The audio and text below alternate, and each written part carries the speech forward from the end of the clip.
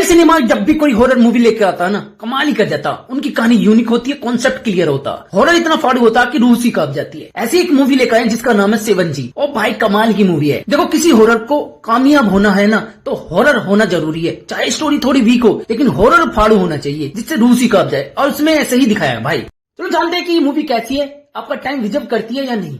सबसे पहले हम बात करते हैं कहानी की। फिल्म में राजीव और वर्षा की कहानी को दिखाया गया। शादी के बाद उनका एक लड़का होता है जिसका नाम राहुल होता। तीनों की जिंदगी ठीक ठाक चल रही होती है, लेकिन कहानी अपना रूप जब बदलती है जब राजीव और अपनी बीवी वर्षा और बेटे को लेकर एक नए घर में शिफ्ट होते हैं। राजीव को ऑफिस के किसी काम से बेंगलोर निकलना पड़ता है। तब वर्षा और उसका बेटा राहुल अपने घर में अकेले रह जाते हैं और उसी अपार्टमेंट में इतनी जबरदस्त तरीके से हॉरर महसूस होता है कि उनकी रूह सी कांप जाती है। भाई सब कहानी बस यहीं से मोड़ ले लेती है नया, और यहां से शुरू हो जाता है हॉरर का कंटेंट। इस अपार्टमेंट में वो हो रहा होता जो इन दोनों माँ बेटियों के बीच कल्पना भी नहीं कर सकते कि क्या होने वाला है। भाई इतनी खतरनाक तरीके से आत्माओं का साया और भाई सब हॉरर का सस्पेंस इतना जबरदस्त तरीके से क्रिएट होता कि आपकी रूह सी कांप जाएगी भाई देखने के बाद। बात करें कि ये फिल्म में क्या खासियत है। देखो एक बात तो सत्य है कि भाई बच्चे को कोई भी परेशानी होती है तो माँ बाप उसकी ढाल बन जाते हैं और उसके आगे खड़े हो जाते हैं। भाई उसी तरीके से इसमें दिखाया गया।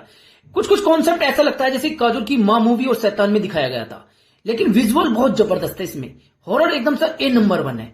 बात करें कि कुछ कमी की तो मेरे हिसाब से देखो सबसे जो कमी लगी है ना मुझे कहानी लगी है, वो एक घिसी पिटी पुरानी कहानी दिखाई गई है।